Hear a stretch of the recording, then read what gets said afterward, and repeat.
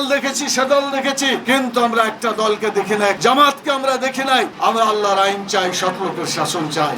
আগামী দিনে যে নির্বাচন হবে, সেই নির্বাচনের টার্গেট হচ্ছে এটা, যেখানে আমরা আল্লাহর আইন চাই, সৎ লোকের শাসন চাই।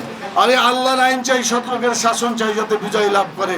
সেজন্য আগামী দিনে দাড়িপাল্লাকে বিজয় করে বাংলাদেশের ইতিহাসে সবচেয়ে সুন্দর একটা নির্বাচন দেওয়ার জন্য আমি বর্তমান সরকারকে আহ্বান জানাচ্ছি। জনগণের ভাষা হয়ে গেছে, এই দল দেখেছি, সে দল দেখেছি, এই মতবাদ দেখেছি, সেই মতবাদ দেখেছি, কিন্তু আমরা একটা দলকে দেখি নাই, একটা মতবাদ দেখি নাই, সেটা হলো ইসলামী মতবাদ আমরা দেখি নাই, জামাতকে আমরা দেখি নাই। অতএব আগামী দিনে জামাতকে, ইসলামকে বিজয়ী করার জন্য জনগণ সিদ্ধান্ত নিয়েছে। এই ফর্মুলা টেকনাফ থেকে তেঁতুলিয়া পর্যন্ত সকলের কাছে আজকে আপনারা শুনতে পাচ্ছেন, আমরাও শুনতে পাচ্ছি।